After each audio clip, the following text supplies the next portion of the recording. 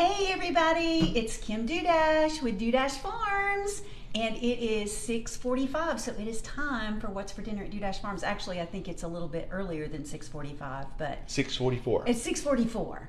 But you know how Facebook is, it may be a lag and you're just joining in, and it is now 6:45. And it's better to be early than late. Better to be early than late. So anyway, it's Kim and Brian Dudash with Dudash Farms, and tonight I am in front of the stove, and I'm preparing country fried steak. Okay, sorry, gotta interrupt. My mom's watching, and we gotta say happy anniversary. Their anniversary is tomorrow. Yes. And I believe it's 56 years. Happy anniversary to Ann and Kenneth. I don't know how the hell you put up with my dad for that long.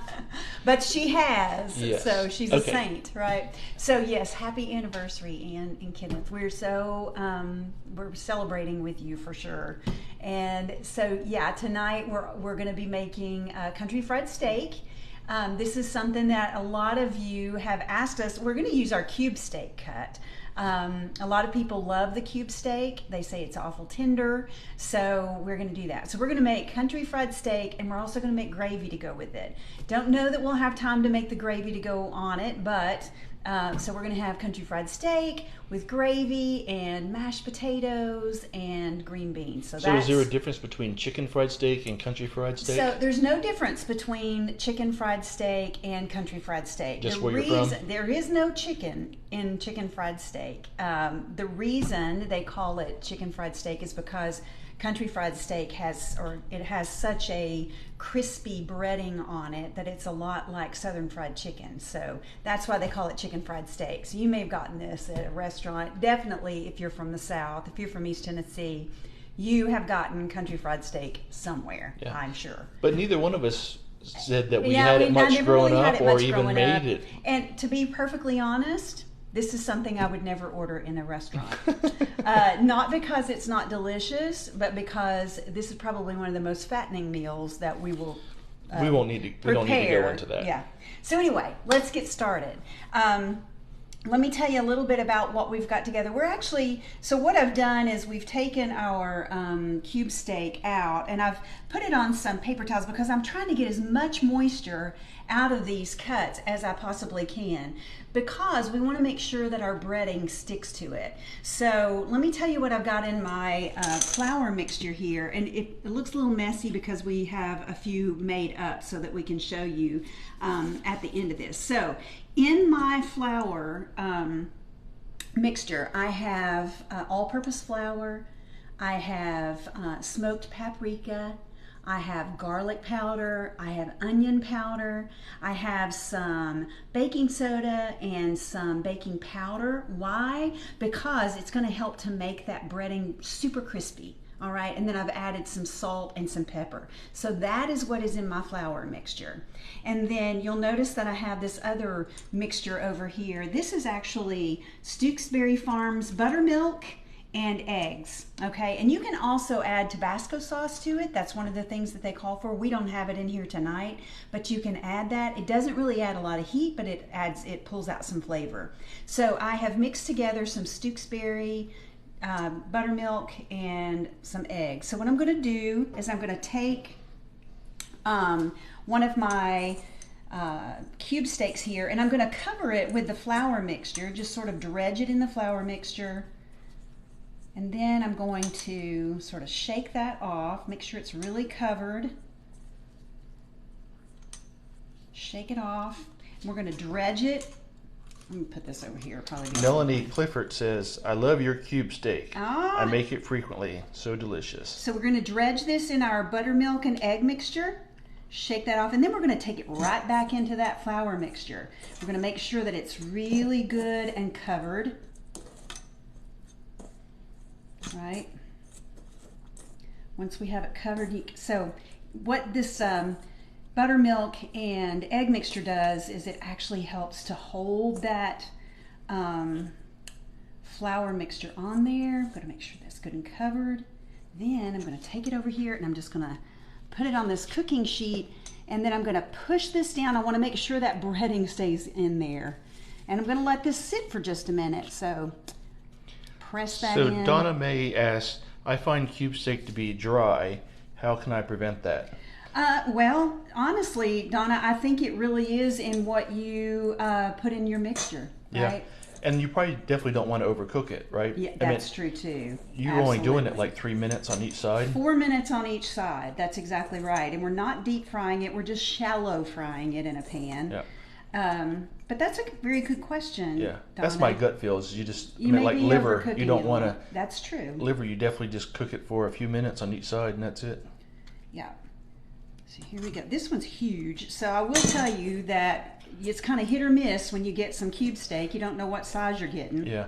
So most of our cube steak is cut out of the eye round, and then they'll also cut some out of the top round. Okay. So these are some of the bigger ones for sure. So these must have come out of the top round. And our butcher does run them through the tenderizer too. So that's a common, I think, comment from people. So I don't like cube steak. It's, tough and dry.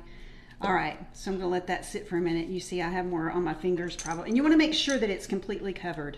All right. Mary Jane Russell McGee is watching. Hey, Mary Jane. So let me rinse my hands off here. All right, well, I'm gonna go ahead and I'm gonna put these in the oil. So what I've done is I've got about a cup of oil in my cast iron skillet. Excuse me. So there was just 2 in that bag? No, there's 4. Okay, but got it. We can only do. And here's the other thing. So I'm only going to do 2 at a time, because another key to make sure that your breading doesn't fall off is to try to put these in here so they really don't touch each other. Okay. So put that in there. Now what I'm going to do is I'm going to let them sit there, and you want to turn them only once. Okay, so I'm going to cook them, let them sit for 4 minutes. Set my timer here, and I've put it on about medium heat. You don't want it too hot because what will happen is your breading will burn and your steak won't be done. Yeah. All right, so you want to put it on about medium heat, let it cook for about 4.5, 5 minutes. You can just judge it for yourself, no more than 5 minutes really. Flip that over, cook for another 4 to 5 minutes, and then basically that's it. It's really that simple. And what we have done is, while we're cooking 2 in a pan, because we're going to have dinner with Morgan and Derek tonight, so we got 4 people here. So you're like, Kim, all of them are going to get cold. We've actually had them in the oven. We set our oven at about 225 just to keep it warm until we could get the others prepared. So here's a kind of a sneak peek of what else we're going to have. So some green beans from the garden and some garlic mashed potatoes. Yep. Yummy stuff. So what are you guys having for dinner tonight? Tell us what you got going on. Brian's going to tell us who is coming to the farmer's market this week while we're waiting for this to cook. So all right, I'll switch over and do that. All right, sounds great. All right, so at the farmer's market tomorrow we have us. We're going to have our beef, pork, eggs, probably the last week for onions, and Snowbird Mountain Coffee. Yeah. Living Kitchen will be back with some vegetables and, of course, his beautiful flowers. John Mueller will be there, our woodcrafter. Full Farms will be there with some vegetables. It's that time of year where we're kind of between the summer. We're in tween. Yeah, we're in tween. So we're kind of between the summer vegetables and the fall vegetables. Hillbilly Homestead will be there with their jams and jellies. And we better bring OB chains because... That's Hillbilly. Oh, that's Hillbilly. Yep. Yeah. And Gray's Pastures is going to be there with their delicious chicken. I love their chicken wings. Good stuff. Love them in the air fryer. And it's football season. Yeah. So. And of course, Bound to Pearl is going to be there with her baked goods that always are a big hit.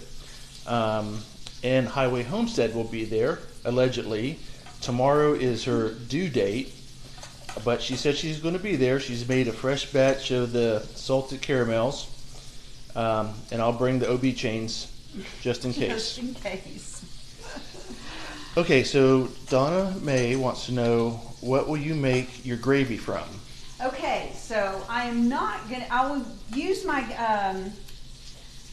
I will use the oil from where I'm cooking my chicken fried steak or my country fried steak, whatever you want to call it.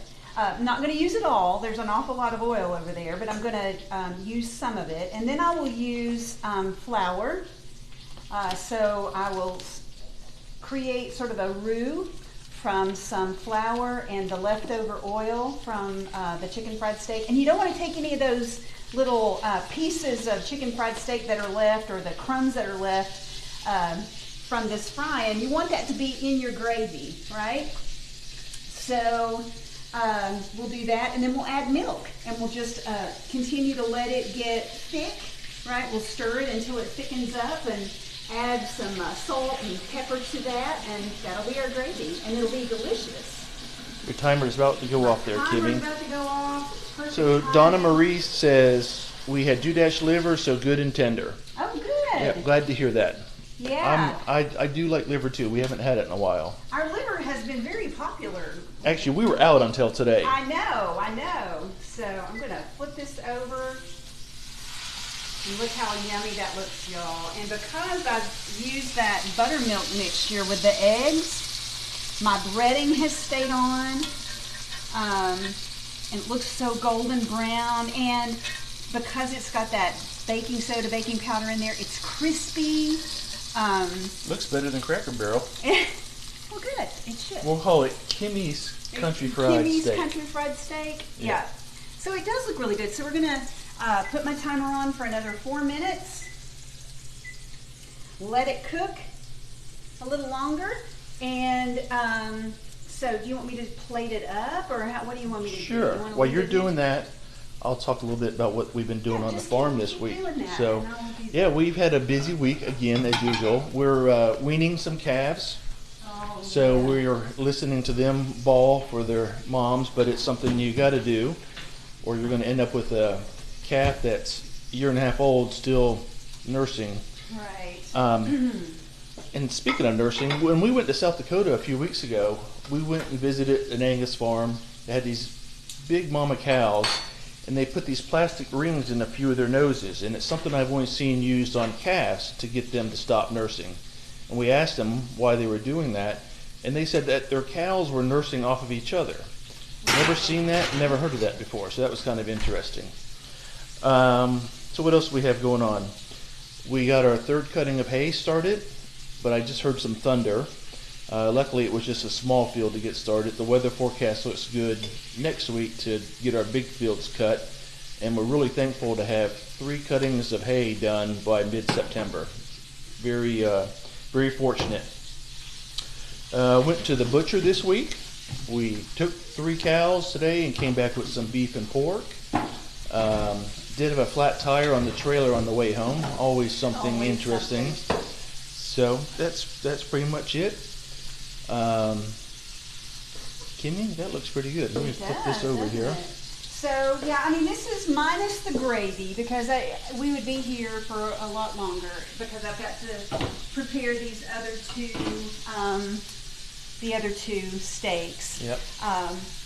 Before I make the gravy. But anyway, this is what we'll have, and then what we'll do with the gravy is we'll pour that over our country fried steak, and then we'll also put that over the potatoes. So that's some good country cooking there. Nice country cooking, yeah.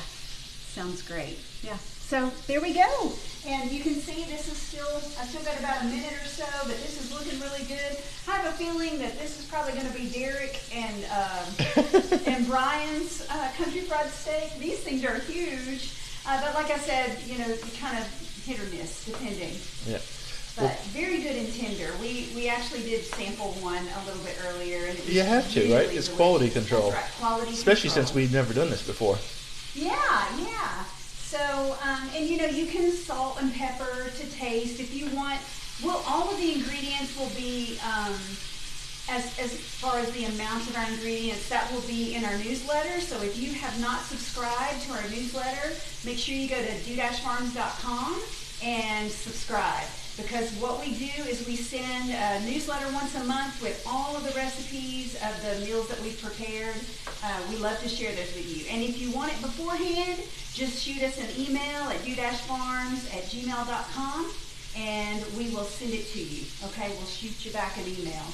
So come out and see us at the farmers market tomorrow. If you are in East Tennessee or if you're in Dandridge, come on out. We've got a few more weeks up until October the 14th.